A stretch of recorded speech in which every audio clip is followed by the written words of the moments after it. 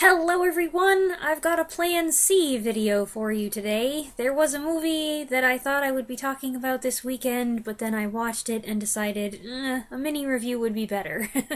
And I know next time I do a What Else I Saw video, you're all going to be speculating, which movie was it? What was she talking about? So I switched to Plan B, but then I realized I needed to watch something else before I watched that movie, and that will take that review extra time to put together.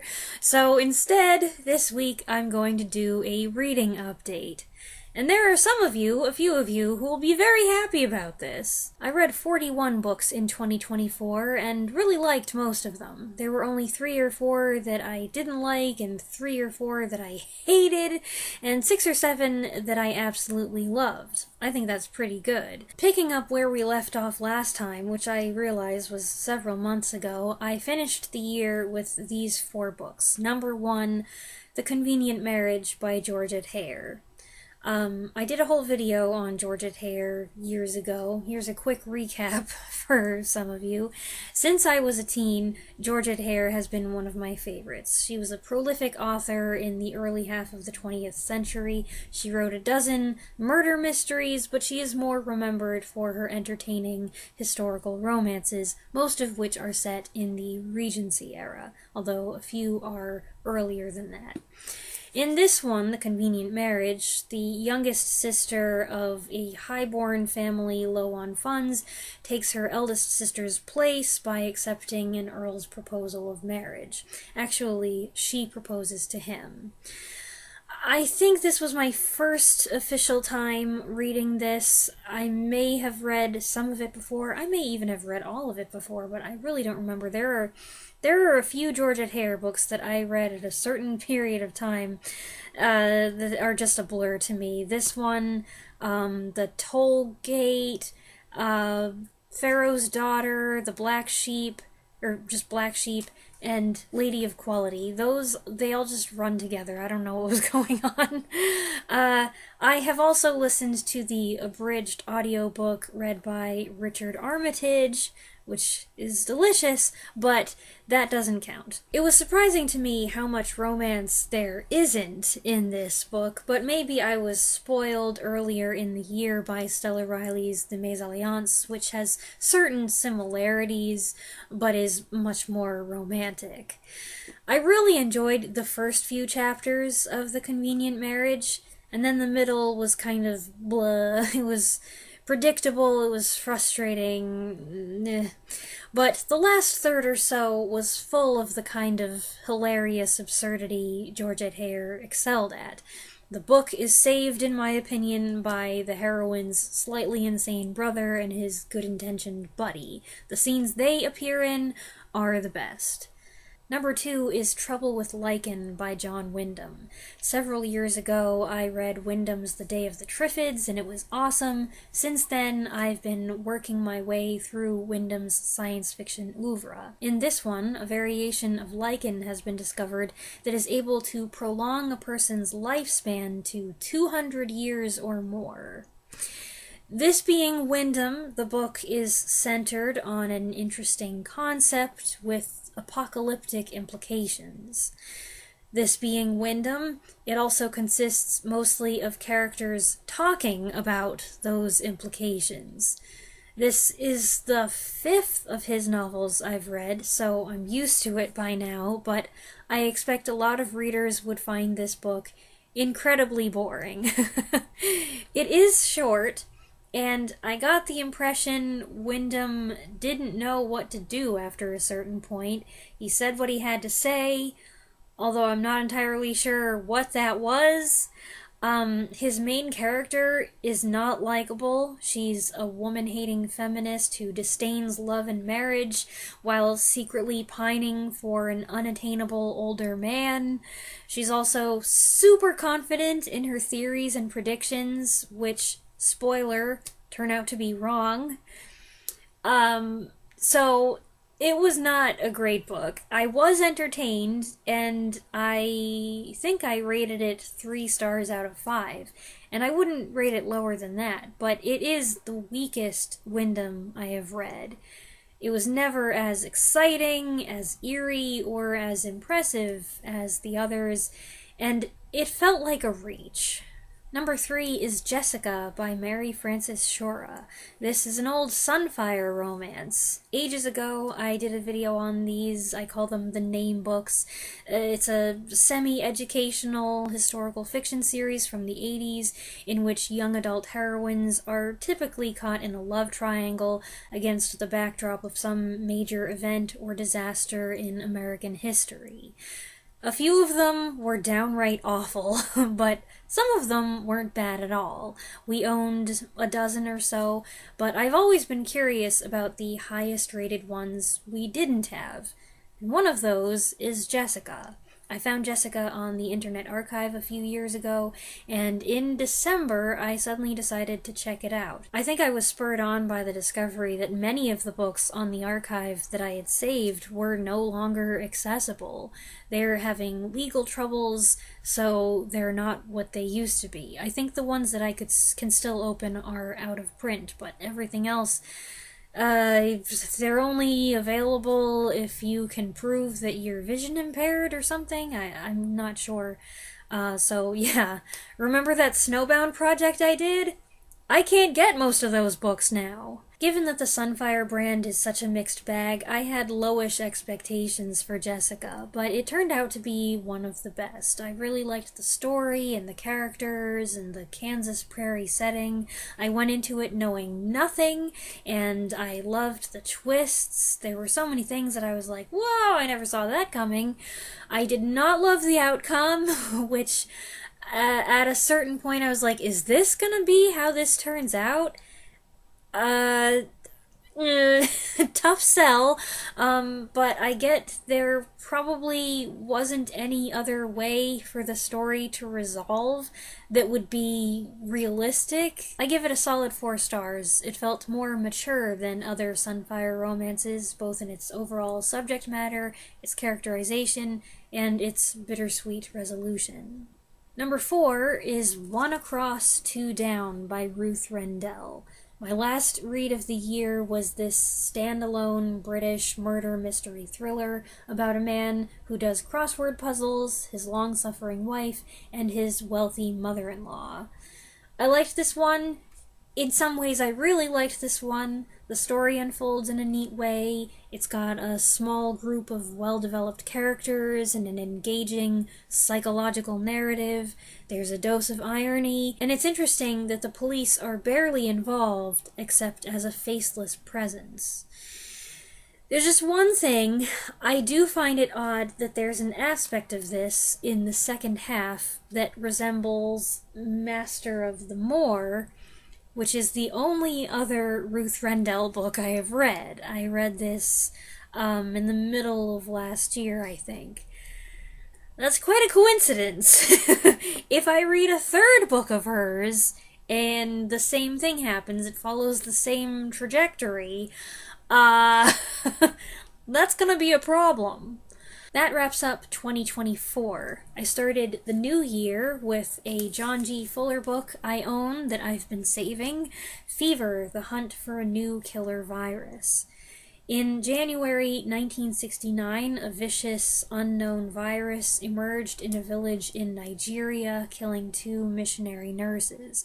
Doctors scrambled to figure out how to treat it and prevent more fatalities, but answers evaded them as the outbreak expanded. I've now read, I think, 7 of Fuller's books, and I've reviewed all of them, starting with Incident at Exeter.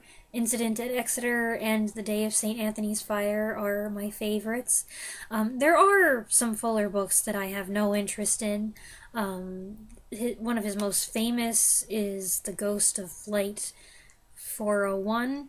I didn't think I would be interested in that one, and I checked it out of the library, and I read the first chapter or 2, and yeah, it's not for me. And he's got a couple books on ESP and things like that, and I'm just not interested in that. But here is another solid work of investigative journalism where Fuller has chosen a subject I do find particularly interesting. He tells the story in compelling and copious detail.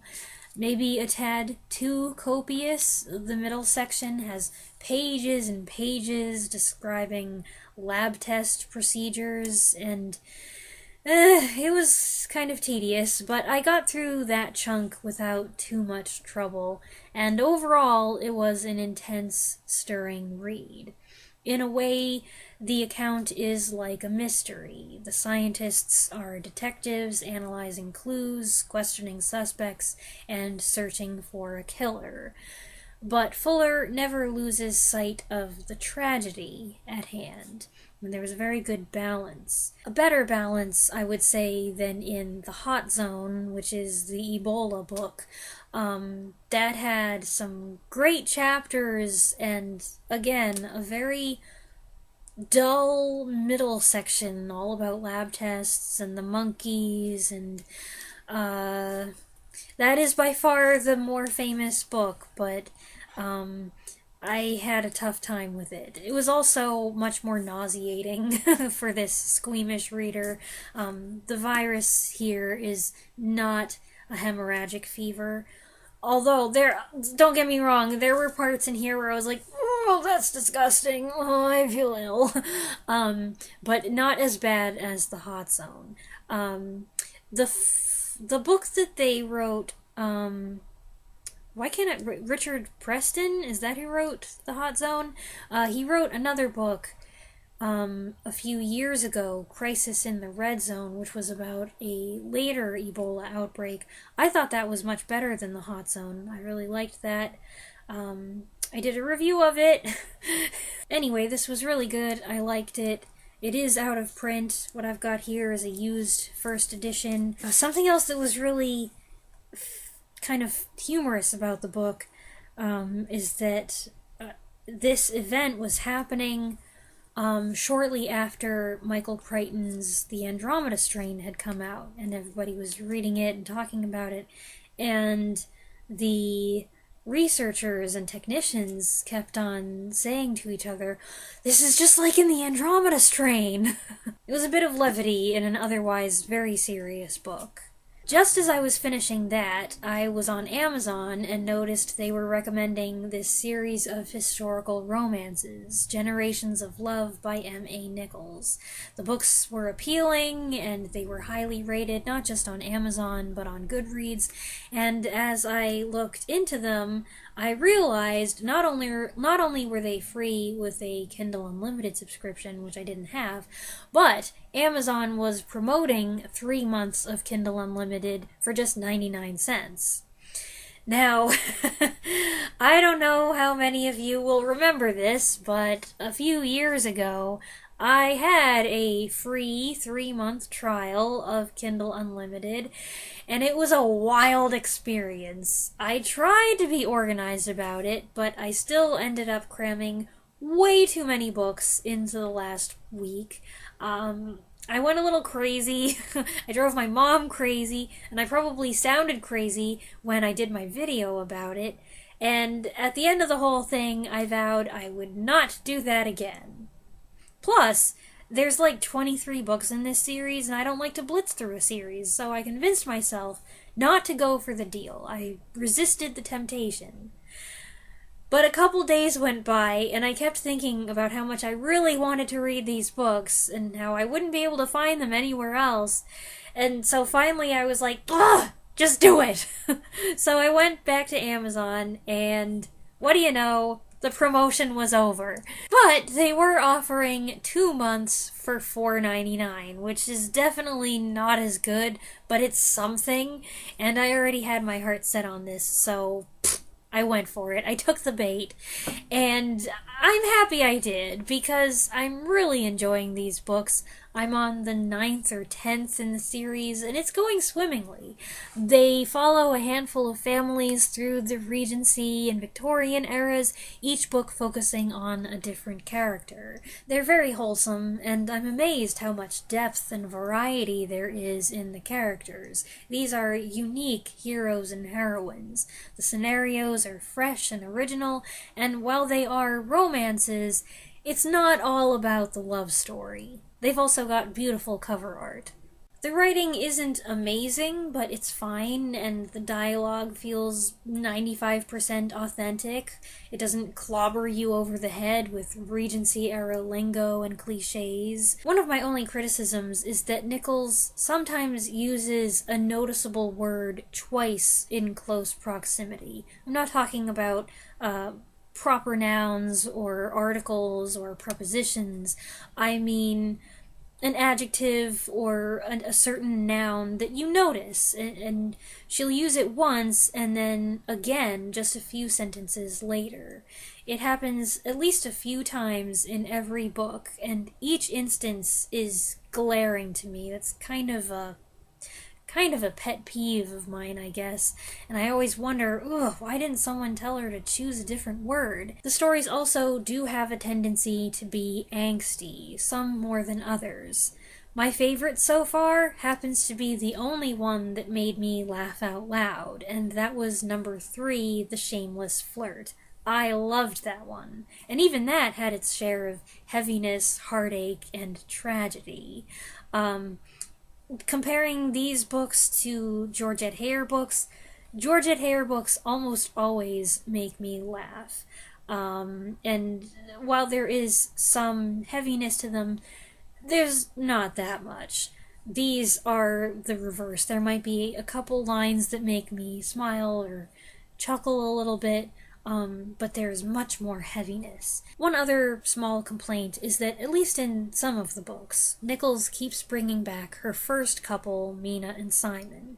Now, the series is full of cameos from all different characters, and that's nice. It's fun to see people again. And Mina and Simon are not in every book. But when they are, they're often more than cameos, like Nichols envisioned Mina as the centerpiece and wanted to keep telling her story. And that's okay, but I'm sick of her. When it turned out that book number 8's plot came on the heels of book number 1, and the subplot was a continuation of the original Mina and Simon conflict, I was like, ugh, no! I've moved on from this. I already read about them in their 40s. I already read about them in their 60s. This isn't interesting. But that's a little thing. According to the author, each book is intended as a standalone, but because so many characters reappear, I think it's more enjoyable if you read them in a particular order. There are a few options. I chose publication order, Generations of Love number 1, number 2, number 3, and so on, and that's worked pretty well. It has jumped around, though, some, and I've wondered if it would have been better to follow the timeline that is printed at the beginning of the book and go in chronological order. Then book number 8 would have come right after book number 1, and I might have been less peeved. I might have felt like, oh good, this is resolving some things that were wrapped up kind of quickly. This is filling in what happened in the following months. You can also follow the groupings within the series, which divide the books by family, and I see them listed this way on either Amazon or Goodreads, and it's made it very confusing. I didn't know which order to read the books in until I just made my own list. I don't know why anybody would want to read them like that, because it'll jump around even more and be pointlessly confusing, and you'll lose some of the cohesion. So that seems dumb. I'm excited to keep reading this series. I am, almost halfway through, and I'm not sick of it yet, and I hope to finish, or read as many as have been published, before my time is up.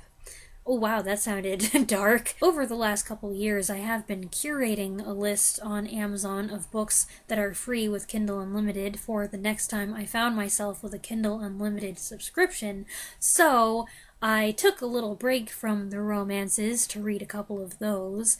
One was Them, They Come at Night by Tom Lyons. It's a compilation of 6 allegedly true accounts from individuals who had unexplained encounters with cryptids. Ooh, spooky! That's something I definitely would be interested in, except it wasn't quite what I expected.